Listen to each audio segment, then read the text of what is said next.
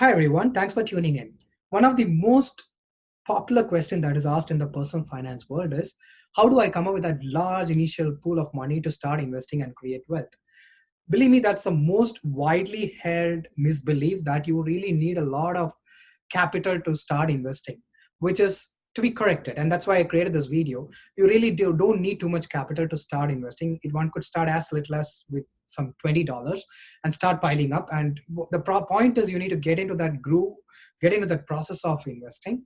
And hence I created this video that shows really easy three simple steps to create that initial pool of capital, how you can get started with that initial capital or initial pool of money and get into the process of investing. Take a look.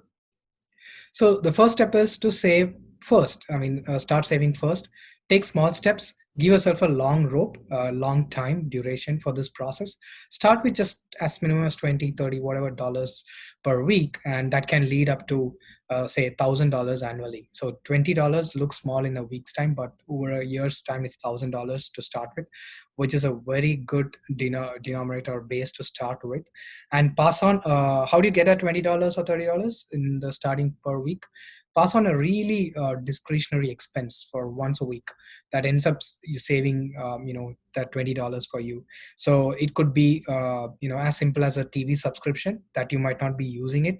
It could be any of the redundant things that you might be just paying off without be realizing that. So if you go through our expenses, keep a tab of all expenses and see which are the ones which are not being used very frequently. It could be one of the channels that we are not seeing at all, or it could be an amusement park annual membership which we are just keeping it and not even using for next 1 or 2 years, or the usage could be less and that doesn't really require a annual membership or recurring subscription membership. So look at all of that, find that $20 per week and start with that and increase incrementally every week. It could even lead up to $1,000. So baby steps, it helps. The next process is second step is to invest as you spend. So slowly increase savings like using digital apps like Stash, which can round up to your purchases on groceries, restaurants, gas, saloons, all of that. It will round off and start saving it and investing for you automatically. So using apps like Stash, Robinhood, all of those, you could start buying fractional shares of stocks and of companies, and it could even be indexes. So autopilot it because you won't even realize that you're spending, but that money at the end of the day is getting the rounded off and it's getting invested in shares, in fraction shares. Keep doing this over a long period. It's even powerful than index investing.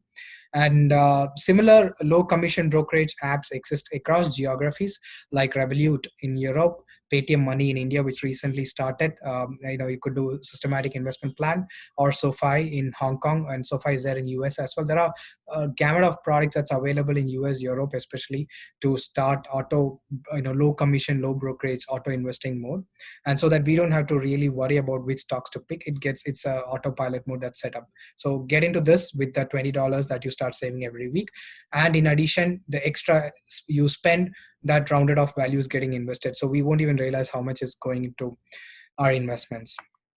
The third steps is get addicted to this process, because once you start seeing money that is getting invested in different shares and you see the dashboard, one day, and if you continue this over a 3-4 years period, it could well be 15K, and sooner, another 5 to 10 years, it could be 100K. This is how you compound and you increase and incrementally increase your savings. It doesn't need to be always $20 with you. Get a pay increase, make it to $100 per week.